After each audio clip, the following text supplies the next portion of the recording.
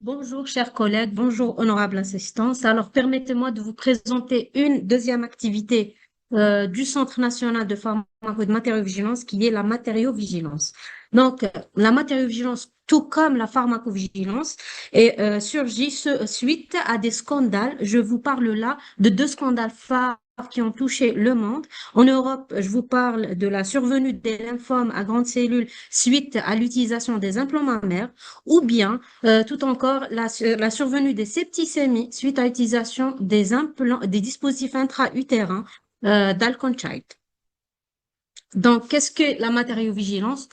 Comme la pharmacovigilance, elle est ici pour surveiller et enregistrer, évaluer et exploiter les informations signalées sur les incidents et les risques d'incidents. Si on parle de pharmacovigilance des effets indésirables, je vous parle de la matériovigilance, ça va être des incidents et risques d'incidents qui seront liés à l'utilisation des dispositifs médicaux à des fins préventives.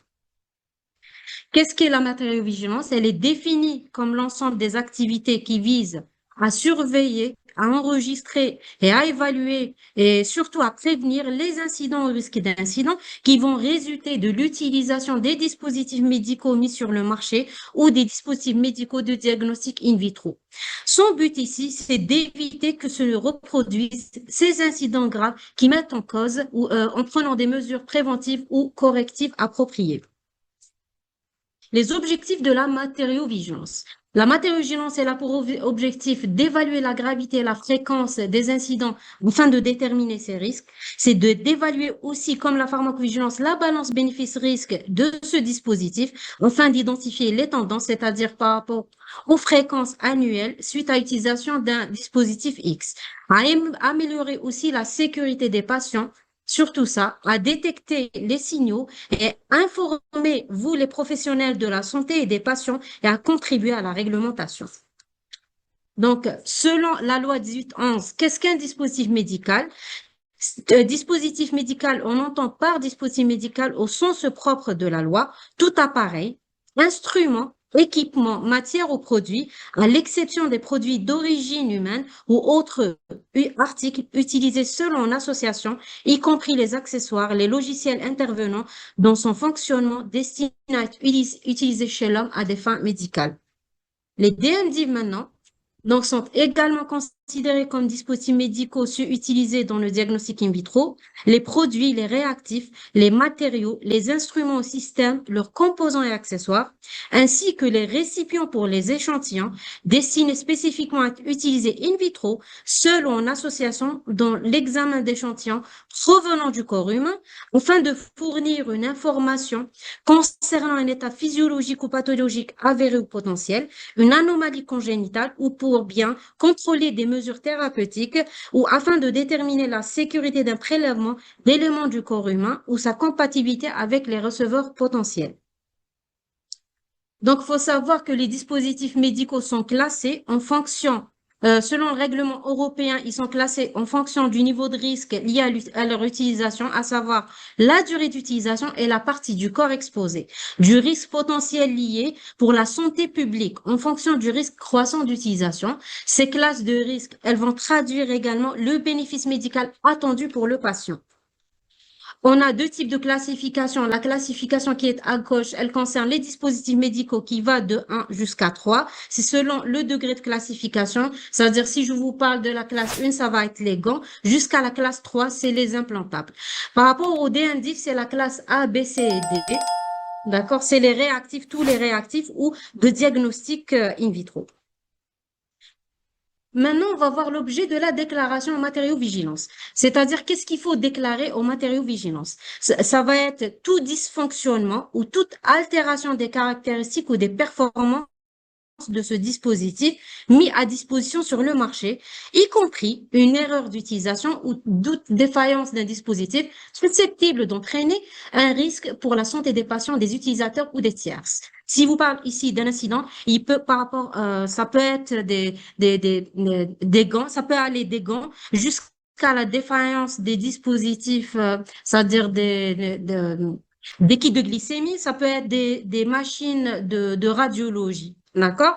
Par rapport au risque d'incident, c'est tout événement nocif potentiel, mais qui ne peut survenir que donnent certaines conditions particulières d'exploitation de ce DM. Donc, qu'est-ce qu'il faut déclarer aussi? L'incident grave, tout comme la pharmacovigilance. Qu'est-ce qu'un incident grave? C'est tout incident qui va entraîner directement ou indirectement ou susceptible d'entraîner la mort du patient, d'un utilisateur ou tout autre patient, d'une grave dégradation temporaire ou permanente de l'état de santé du patient ou d'un utilisateur ou toute autre personne, une menace grave pour la santé publique. Les délais de déclaration, c'est aussi vite que possible dans les cas d'incident, risque d'incident, immédiatement dans les cas d'incident ayant entraîné la mort ou des blessures graves. Donc, par rapport à vous, professionnels de santé, vous êtes invités à déclarer, je vous joins ici la fiche de déclaration de matériaux-vigilance qui est en bleu. Donc, qu'est-ce qu'il faut déclarer? On l'a scindé tout comme la pharmacovigilance en 3 parties pour que vous puissiez la voir.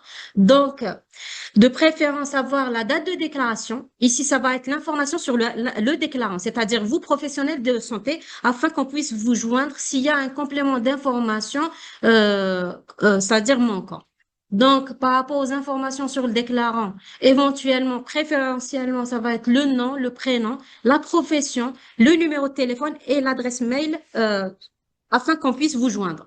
Donc, qu'est-ce qu'il faut déclarer? Donc, le type de produit, le nom de marque de ce produit s'il existe, la référence, le numéro de lot, parce qu'il peut s'agir d'un incident qui va concerner qu'un seul numéro de lot et non pas tout le produit, la date de fabrication, éventuellement la date de péremption.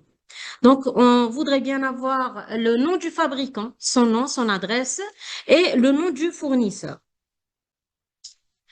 Donc, on peut aussi amener à vous demander si vous avez, vous avez informé le fabricant, le fournisseur par rapport à cet incident.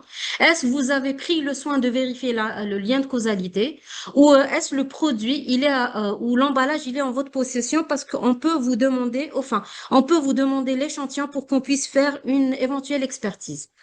Et bien entendu, la description de ce problème ou de cet incident qui doit être bien explicite et vos suggestions si vous voulez.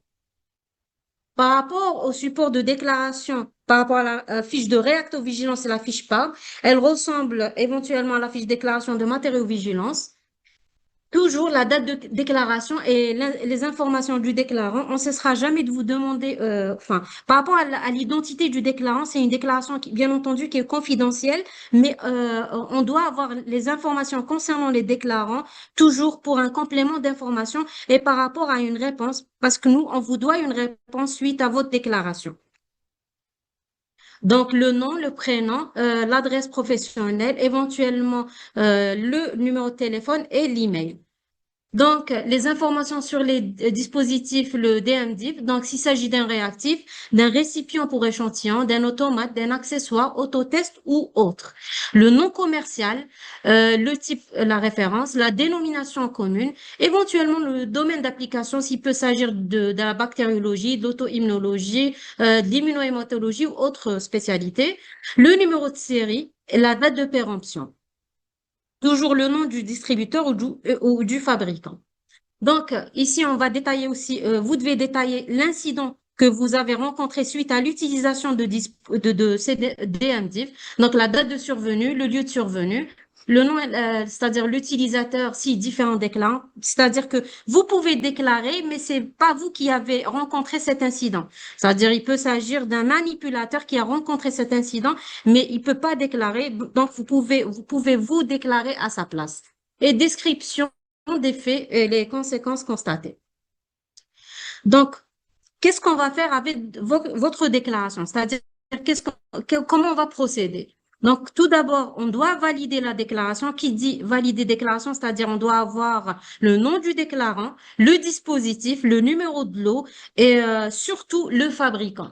Ici, on va prendre la déclaration et on va investiguer. S'il y a lieu d'investiguer dans votre établissement par rapport aux données manquantes, on va vous contacter suite à ça. S'il y a lieu d'ouvrir une enquête nationale, c'est-à-dire c'est nous qui allons nous déplacer avec nos collaborateurs points focaux et collaborateurs régionaux pour voir la reproductibilité ou par rapport à la fréquence de cet incident. S'il s'agit d'un incident grave, on peut le mettre en quarantaine, ce dispositif, afin, c'est-à-dire de déclencher une réunion avec une comité de concertation, comité technique. C'est-à-dire, on va se réunir, nous, le ministère de la Santé, avec l'Agence nationale des produits pharmaceutiques et la PCH, afin d'établir des recommandations et des actions correctives, à savoir, ça peut être une prolongation de mise en quarantaine ou arrêt d'utilisation. En conclusion, il faut savoir que la stratégie de la matériovigilance et la promotion de la déclaration en matière de dispositifs médicaux, on parle là de la sécurité du dispositif médical et la sécurité du patient surtout. Elle doit s'appuyer sur une politique solide, une réglementation adaptée dans un but de garantir la qualité et la sécurité de ce dispositif grâce aux normes appliquées conformément à la réglementation nationale par les systèmes mondiaux de vigilance et de garantir un usage sûr, économiquement efficace et rationnel des dispositifs par la formation et par les conseils techniques. Et je vous remercie.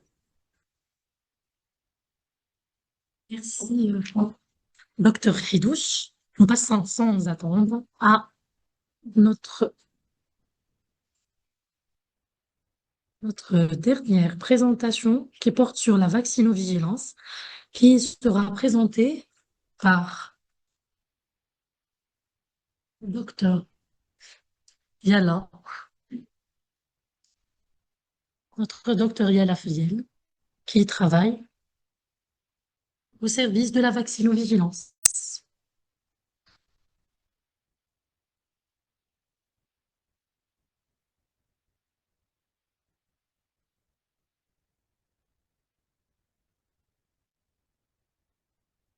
Bonjour à tous. Merci d'être restés jusqu'à la fin.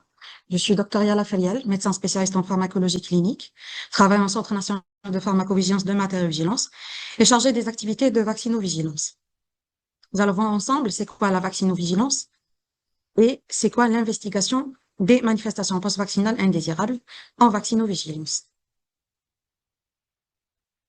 L'objectif de la formation, il est multiple. D'abord, on souhaiterait que vous compreniez c'est quoi une manifestation post-vaccinale indésirable. Donc, on utilisera souvent l'abréviation MPVI ou MAPI, qui est une abréviation internationale. Il faut également savoir à la fin de la formation quand et comment déclarer. Il faut connaître les moyens de déclaration mis à votre disposition. Et ça, il faudra donc savoir aussi utiliser la fiche de déclaration, connaître c'est quoi une investigation de MAPI ou de MPVI et comment la réaliser, et connaître le rôle du comité de causalité dans les activités de vaccinovigilance. D'abord, nous allons commencer par une introduction, c'est la définition de la pharmacovigilance des vaccins ou la vaccinovigilance. Donc, le vaccinovigilance est un terme francophone souvent utilisé par les pays francophones, qui fait référence à la pharmacovigilance des vaccins. Donc, on comprend bien que la pharmacovigilance des vaccins est une activité de la pharmacovigilance des médicaments. Donc, les vaccins, un vaccin est un médicament. Et la pharmacovigilance des vaccins est également également la même définition que la pharmacovigilance des médicaments, c'est-à-dire c'est la science et les activités relatives à la détection, l'évaluation, la compréhension, la prévention et la communication au sujet des événements indésirables post-vaccinaux et de tout autre problème lié à l'immunisation. Son objectif principal est de minimiser l'impact sur le programme de vaccination et sur la santé des individus et d'évaluer de façon continue le rapport bénéfice-risque des vaccins. J'insiste que les vaccins sont des médicaments utilisés pour la prophylaxie, donc ils sont souvent utilisés chez des personnes saines, en bonne santé pour éviter des complications de maladies. Maintenant, les manifestations post-vaccinales indésirables, dénommées MPVI ou MAPI, désignent tout événement médical indésirable survenant après la vaccination, qu'il ait ou non un lien de causalité avec le vaccin. C'est-à-dire que vous soyez sûr que c'est lié au vaccin et que vous ne soyez pas sûr que c'est lié au vaccin, il s'agit d'une MPVI ou d'une MAPI. Alors, une MPVI peut être un signe défavorable, par exemple une fièvre survenant après la vaccination, un résultat de laboratoire anormal, par exemple une thrombopénie, un symptôme, par exemple une convulsion liée à une maladie, ou une paralysie, par exemple un syndrome de Guillain-Barré, etc. Donc, il peut s'agir de tout ça. L'événement se produit après la vaccination, non pas avant, et il n'est pas nécessairement lié. C'est-à-dire que le lien de causalité avec le vaccin n'est pas systématiquement établi par le déclarant. Ce lien de causalité, bien sûr, sera établi par le CMPM via le comité de causalité quand il s'agit de MAPI graves. D'abord, les MAPI, il faut savoir qu'ils sont classés selon la fréquence. Bien sûr, on a des MPVI ou des MAPI graves, des MAPI fréquentes, des MAPI peu fréquentes, des MAPI rares, etc. Il y a aussi la classification des MAPI selon la cause. Comme vous voyez ici sur l'organigramme, nous avons des MPVI liés à la réaction vaccinale, c'est-à-dire c'est des MPVI liés à la propriété inhérente du vaccin. Je donne l'exemple de la fièvre. La fièvre est causée donc par l'activation du système immunitaire et ce qui va donc expliquer que c'est le vaccin lui-même qui a causé cette réaction. Nous avons également les réactions liées à un défaut de qualité des vaccins. Un défaut de qualité des vaccins, c'est-à-dire que lors du processus de fabrication et de libération des lots par le fabricant, par le laboratoire, il y aura un défaut de fabrication. Je donnerai l'exemple d'un vaccin, par exemple, de poliomyélite injectable qui n'a pas été suffisamment inactivé et qui a été libéré. Ce lot-là, s'il sera administré chez des enfants en bonne santé, il peut causer une paralysie poliomyélitique. La troisième cause de MAPI, c'est les réactions liées à une erreur d'administration. Ce sont des réactions liées soit à une mauvaise utilisation d'un mauvais vaccin, par exemple un vaccin qui n'a pas été bien stocké, donc une rupture de la chaîne de froid, ou bien l'utilisation d'un mauvais diluant, d'un mauvais solvant, l'utilisation d'une mauvaise seringue, ou la prescription chez la mauvaise personne. Par exemple, des vaccinations d'une femme enceinte avec des vaccins vivants, ou bien la vaccination chez des personnes immunodéprimées. Donc, tout ça peut faire l'objet d'une déclaration. Nous avons également les réactions liées à l'anxiété. Ce sont des réactions qui surviennent pendant les vaccinations, surtout quand il s'agit de vaccinations de masse. Je pense que les médecins de santé scolaire rencontreront souvent ce cas. Et les agents vaccinateurs qui étaient face à la vaccination lors du Covid-19, donc ils avaient réellement des problèmes de réaction liés à l'anxiété. Il s'agit de 5 corps vasovagales, d'accord, qui peuvent faire qui peuvent être confondus avec un choc anaphylactique ou un état de choc. Elles surviennent parce qu'il y a une anticipation de la peur de la vaccination, surtout s'il s'agit d'un nouveau vaccin ou la vaccination chez les adolescents. Il y a également les événements qui surviennent par coïncidence. Les événements qui surviennent par coïncidence, je donnerai l'exemple par exemple d'une toxi-infection alimentaire qui survient dans une population qui a été vaccinée récemment et qui, dans la toxi-infection alimentaire, a été faussement liée à la vaccination, croyant qu'il s'agit d'une toxicité vaccinale. Donc, ici, c'est une répétition de ce que je venais de dire. Ce que je n'avais pas dit concernant la réaction liée au vaccin, c'est que les réactions liées au vaccin sont évitables par nature. Pourquoi? Parce qu'on peut facilement, ne sont pas évitables par nature, pardon, parce que elles sont liées à les propriétés du vaccin. Donc, elles sont précipitées par le vaccin ou un de ses composants, dont l'adjuvant, les conservateurs ou les agents stabilisants. Par contre, les réactions liées à un défaut de qualité du vaccin, les réactions liées à une erreur d'immunisation peuvent être évitables. Donc, les réactions liées à un défaut de qualité de vaccin sont évitables, bien sûr, si le laboratoire suit les bonnes procédures de fabrication, les bonnes procédures de libération des médicaments, un bon suivi lors des essais cliniques et en post-AMM. Les réactions liées à une erreur d'immunisation sont généralement un incident médical, comme j'avais dit, qui peut être lié à une erreur de manipulation, à une erreur de prescription du vaccin. Donc, on peut avoir des abcès purulents aussi d'injection. Ces réactions sont évitables par nature, par la formation des personnels et des premiers sujets qui font face à la vaccination, donc notamment les agents vaccinateurs. Donc, pourquoi il faut déclarer? Donc, ça permet de connaître le niveau de connaissance et ça permet également de motiver pour des formations médicales continues au profit des agents vaccinateurs et des personnes faisant des fonctions dans la vaccination. Les réactions liées à l'anxiété peuvent être évitées, comme elles ne peuvent pas être. Il suffit juste de savoir communiquer et de faire de la psychologie des personnes qui seront vaccinées. Les événements de coïncidence ne sont pas évitables, bien sûr, mais peuvent être également éliminés et ne seront pas faussement liés à la vaccination. Que faut-il déclarer? Donc, donc on a parlé que les MAPI peuvent être classés selon leur fréquence, selon la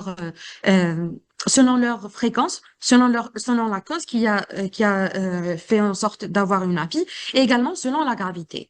Donc, pour la gravité, les événements indésirables graves, on va voir ensemble c'est quoi, avant de parler de quoi faut-il déclarer.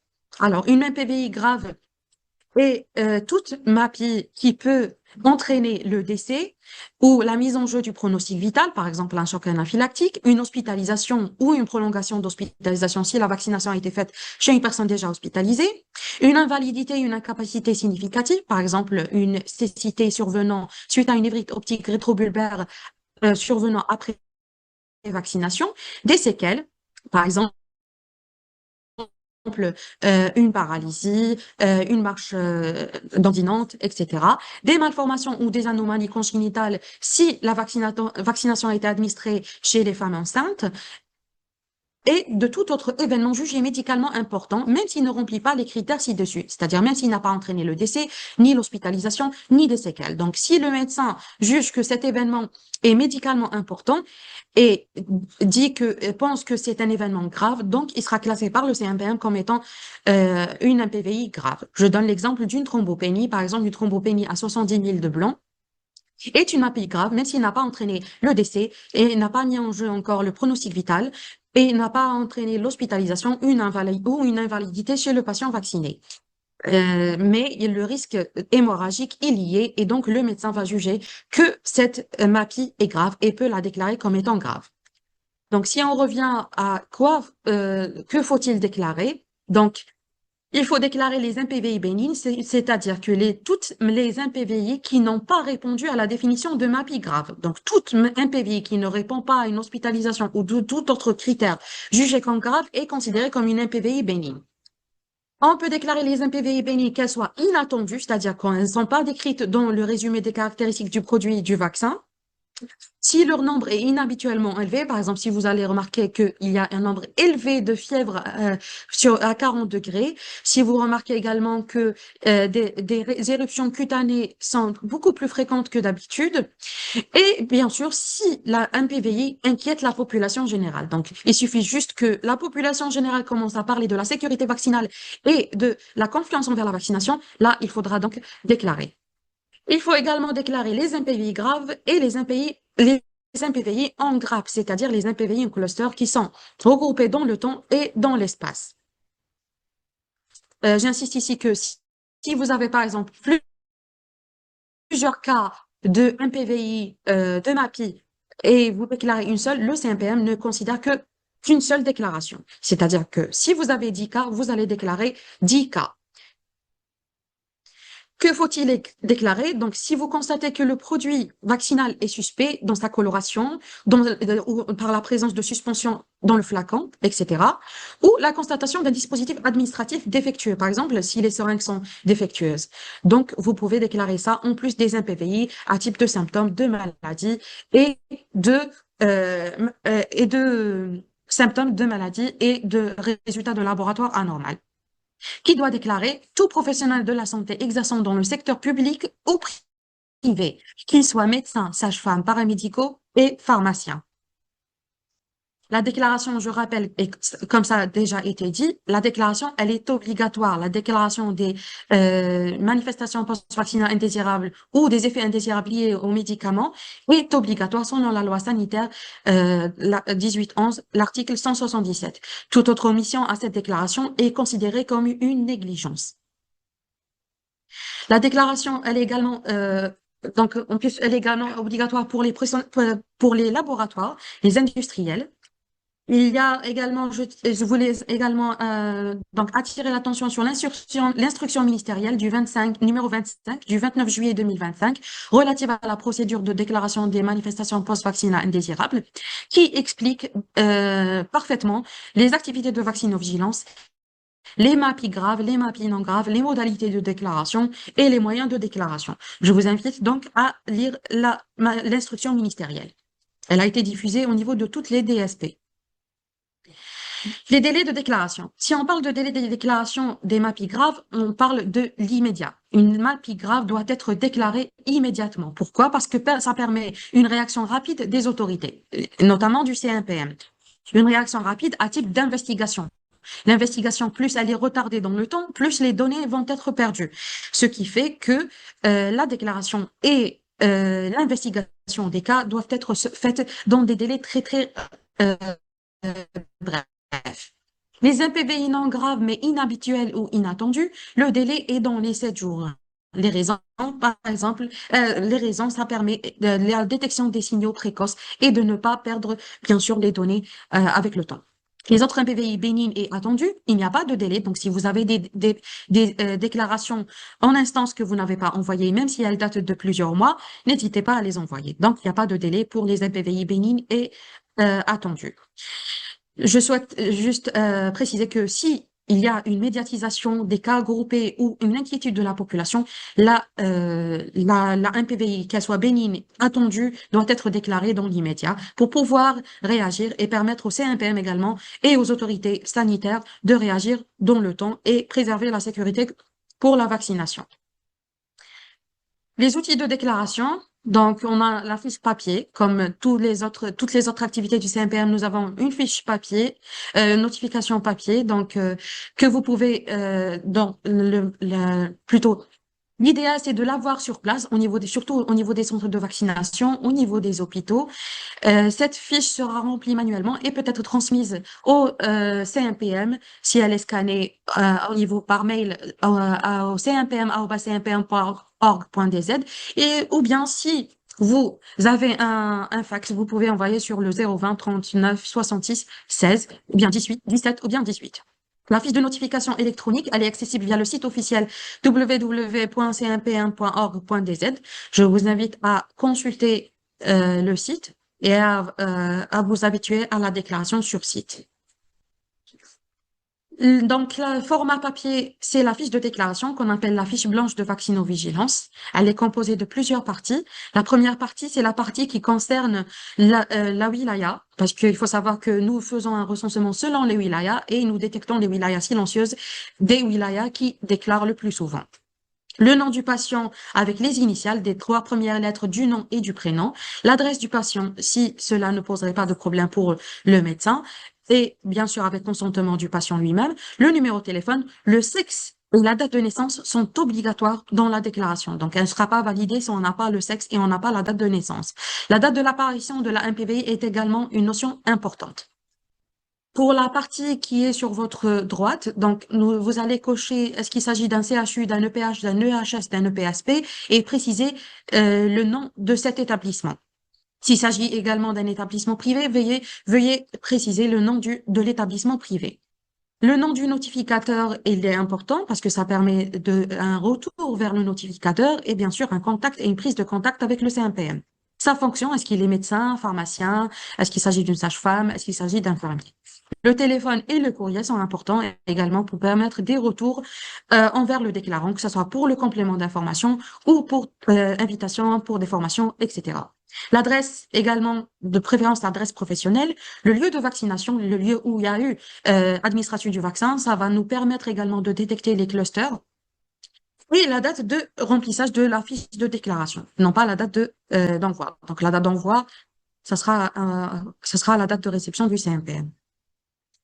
Ensuite, on a la deuxième partie, c'est la partie du solvant, où vous allez trouver la partie du vaccin ou des vaccins administrés et la partie des solvants ou des solvants administrés. Vous allez nommer le type du vaccin, le fabricant, ou bien carrément mettre le nom commercial du vaccin, si cela va alléger les déclarations pour vous.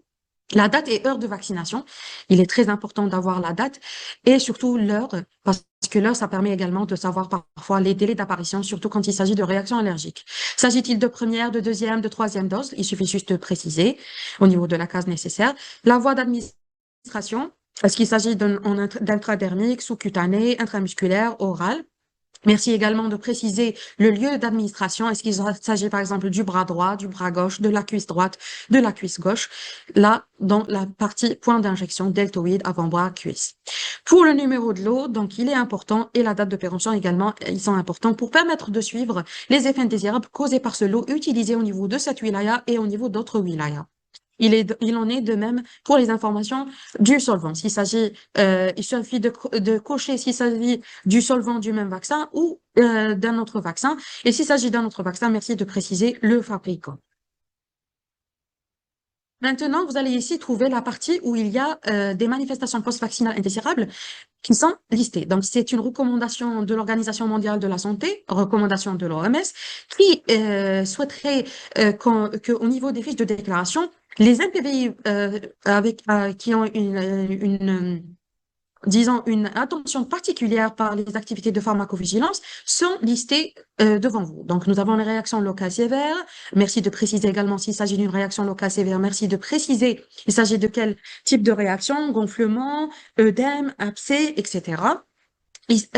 Également, s'il s'agit de confusion, mettez est-ce qu'il s'agit de confusion dans un contexte fébrile ou non fébrile.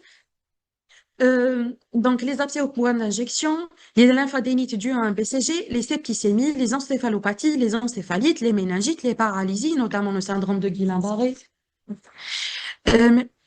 Bon, le syndrome de choc toxique, bon, on s'excuse pour ce qui s'affiche devant vous là en rouge. Je pense qu'il y a quelqu'un qui est en train de manipuler. Donc, c'est indépendant du CMPM. Donc, on essaie d'effacer. Si quelqu'un est en train de manipuler faussement l'écran, merci d'arrêter de le manipuler. C'est moi qui l'ai effacé.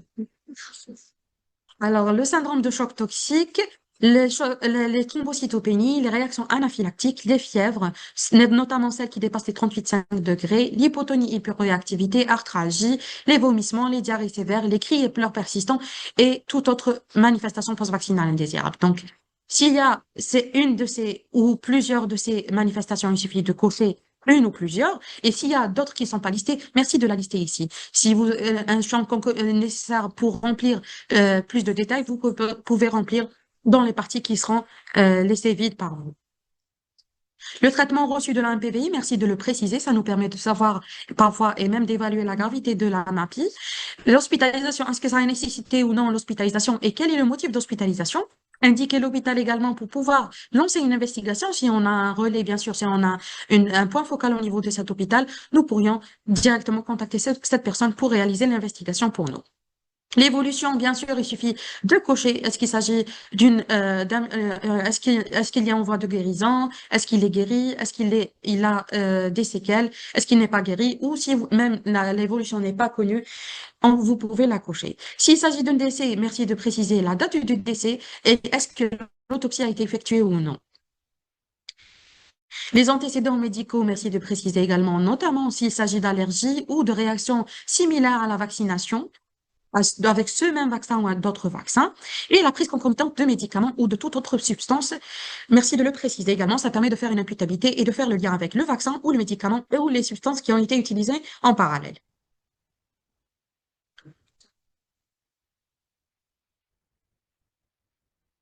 Les outils de déclaration, donc deuxième outil de déclaration, c'est la déclaration en ligne. Maintenant, ça a changé. Notre site web pour la déclaration a changé et le formulaire de déclaration ressemble énormément au format papier. Donc, ça sera facile pour vous de déclarer que ce soit sur format papier ou format en ligne et donc vous allez facilement vous familiariser. Maintenant, on passe à l'investigation. L'investigation, donc pour faire l'investigation, il faut savoir que nous avons un formulaire qui est réservé aux cas graves. Si l'investigation, donc l'investigation ne sera pas lancée que s'il s'agit de cas grave, ou bien si on a lorsqu'une déclaration est validée, il est décidé de lancer une investigation sur le terrain, c'est-à-dire sur place, là où il y a eu une investigation et là où il y a eu l'hospitalisation, s'il y a eu lieu, bien sûr. Le CNPM désigne alors un investigateur et informe officiellement le ministère de la Santé de son identité et de sa mission. Il informe également le ministère du cas et également des circonstances de survenue et de l'établissement concerné par l'investigation. L'investigateur, bien sûr, va recevoir un courrier de désignation officiel par le CNPM où il aura une orientation pour réaliser l'investigation pour le lieu exactement et pour les détails de sa mission. L'investigation est déclenchée donc à la demande du CNPM en fonction de la gravité du cas, de la complexité de la situation, surtout s'il y a une médiatisation, s'il y a un manque de confiance, s'il y a une sécurité, donc une urgence liée à la sécurité vaccinale, ou s'il y a un besoin d'analyse approfondie pour comprendre l'événement. Ce formulaire d'investigation, il est formé de 5 pages. Parfois, nous, au CNPM, on essaie de réduire à 4 pages. Donc, c'est un formulaire qui paraît vraiment long, mais dans le remplissage, il est vraiment facile et c'est des questions très, très ciblées. L'investigation doit se faire à 3 niveaux, il faut le savoir. Donc, elle se fait avec entretien avec la personne vaccinée ou les parents, le cas échéant. Elle se fait également au niveau des professionnels de santé qui étaient au niveau du lieu de la vaccination, chargés de la vaccination elle-même, et au niveau du lieu de la prise en charge du patient si le patient a été hospitalisé. Le dossier d'investigation doit comporter une fiche de notification correctement renseignée, c'est-à-dire la fiche blanche. Cette fiche blanche, bien sûr, sera transmise par le CNPM à l'investigateur. Le formulaire d'investigation propre au CNPM, qui doit être correctement renseigné. Il y a des parties parfois qui sont omises, notamment la chronologie de déroulement des symptomatologies, chose qui est vraiment désolante et qui ne permet pas une bonne analyse du dossier. Le dossier médical du patient, avec ses observations médicales lorsqu'il a été hospitalisé, les explorations biologiques et radiologiques, avec les images, d'accord, pas seulement les conclusions. Le carnet de vaccination ou la carte vaccinale s'il s'agit d'un adulte. Donc, le carnet de vaccination avec une photo de la page liée à la vaccination et également tout ce qui concerne les visites médicales de l'enfant, s'il s'agit bien sûr d'un enfant qui a été vacciné. Et tout autre document jugé pertinent, il serait donc souhaitable de l'envoyer. Un investigateur peut donc lui-même faire un rapport d'investigation en plus de ce dossier et l'envoyer au CNPM. On va se dire quel est le but de toute cette investigation et de toute cette déclaration. Le but est de comprendre réellement est-ce qu'il s'agit d'une MAPI liée à la vaccination ou non. Alors, parmi la stratégie du CNPM qui s'aligne vraiment aux stratégies mondiales dont on est vraiment fier, c'est que le CNPM est doté d'un comité de causalité qui est une instance scientifique et indépendante composée d'experts multidisciplinaires, cliniciens, des pédiatres, des épidémiologistes, des spécialistes en biologie médicale, des immunologues, des neurologues, etc. C'est un organe d'aide à la décision scientifique. Donc, je précise que cet organe, il est indépendant de toute influence externe. Il n'a pas un rôle réglementaire direct pour le moment, mais ses avis guident le ministère de Santé dans la prise de mesures de sécurité, de communication et de prévention des manifestations vaccinales indésirables, notamment les MAPI graves. Donc, il y a un nouveau comité qui a été créé en date de mois de septembre. Ce comité va traiter toute MAPI grave liée à la vaccination ou également liée au sérum. Donc, n'hésitez pas à déclarer les problèmes liés à la sérothérapie. Sérum antirabique, sérum antiscorpionique, anti-DT, etc. Les missions principales du comité de causalité est d'examiner les cas graves et complexes ou inhabituels de manifestations post-vaccinales indésirables. Il applique une méthodologie standardisée qui est une méthodologie internationale recommandé par l'OMS pour l'évaluation du lien de causalité entre le vaccin et l'événement. Ils émettent un avis collégial et argumenté sur la relation causale. Donc, ils vont décider est-ce qu'il est lié, est-ce que l'événement est lié à la vaccination, est-ce que le lien est probable ou improbable, est-ce que c'est lié à une erreur d'administration, est-ce que c'est lié à un défaut de qualité du vaccin, est-ce que c'est lié à une coïncidence, est-ce que c'est lié à toute autre cause qu'on avait déjà exposée.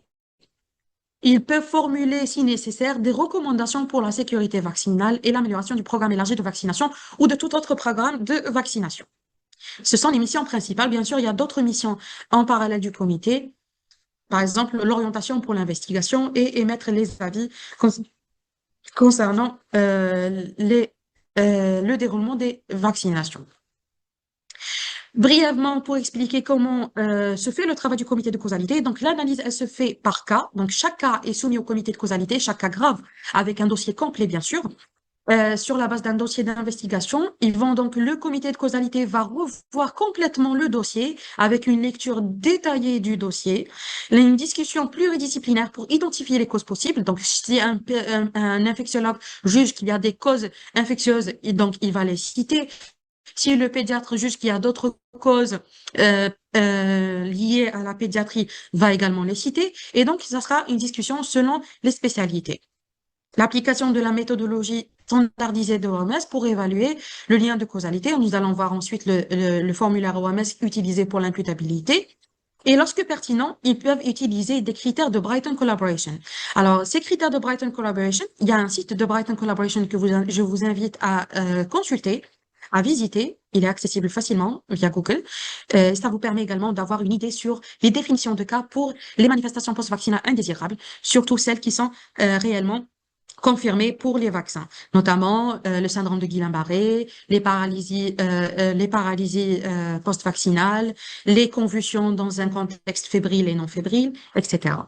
L'objectif final du comité de causalité est d'arriver à un avis collégial et argumenté sur la relation causale, basé sur des données objectives et comparables au niveau international, parce que les décisions du comité seront partagées à l'international, et donc ça permet de s'aligner aux standards internationaux concernant l'évaluation de la causalité. Ceci va permettre de ne pas imputer à tort le vaccin et également de ne pas le discriminer à tort, alors qu'il était lui le responsable de la manifestation post-vaccinale indésirable grave. Voici le formulaire utilisé ou bien le manuel utilisé par le comité de causalité. Ils reprennent tout ce qui est écrit sur le dossier médical et tout ce qui est écrit sur le formulaire d'investigation dûment rempli. Ils reprennent mot à mot et pourront donc répondre facilement si le dossier il est complet, bien sûr, si les bilans également sont au complet. Ceci va permettre finalement d'aboutir à une définition, une imputabilité ou un lien causal, disant que ce vaccin, cette maladie est réellement liée à la vaccination ou non. S'il s'agit d'un lien indéterminé, bien sûr, ça permet également de détecter les signaux. C'est-à-dire que si le comité de causalité juge que le lien entre la MAPI et la vaccination n'est pas complètement écarté, mais ça reste indéterminé parce qu'il n'y a pas assez de données dans la littérature, ça peut générer un signal et ça permettra donc de déclencher des études au niveau international pour connaître mieux cette nouvelle manifestation post-vaccinale indésirable et pouvoir la rattacher ou non à ce vaccin ou à ces vaccins administrés. Nous arrivons donc à la conclusion. La vaccinovigilance repose sur un processus structuré qui est la déclaration, la validation, l'investigation, le comité de causalité et la décision et le retour d'information. Je souhaite préciser que le retour d'information, même pour les MAPI bénignes, il est assuré par le CMPM.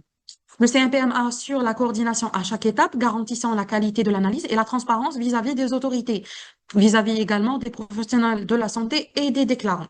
Ce dispositif permet non seulement de détecter et de comprendre les manifestations post-vaccinales indésirables, mais aussi de renforcer la sécurité vaccinale et la confiance du public envers la vaccination. Dans ce dispositif, vous, en tant que professionnel de la santé, ayant assisté aujourd'hui, votre rôle en tant que professionnel de la santé formé en vaccinovigilance est de notifier systématiquement toute manifestation post-vaccinale indésirable observée, transmettre sans délai et directement les informations au CMPM, sensibiliser et accompagner vos collègues dans la démarche de déclaration, coordonner l'investigation sur terrain à la demande du CMPM lorsqu'il s'agit d'un cas grave.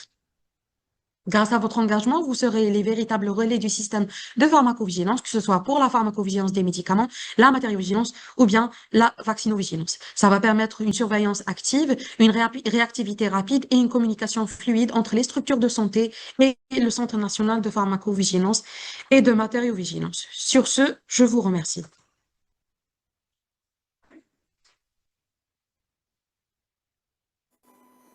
Merci, docteur Yalin. Et avec cette excellente présentation sur la vaccinovigilance. On a terminé la série de présentations et on passe à vos questions.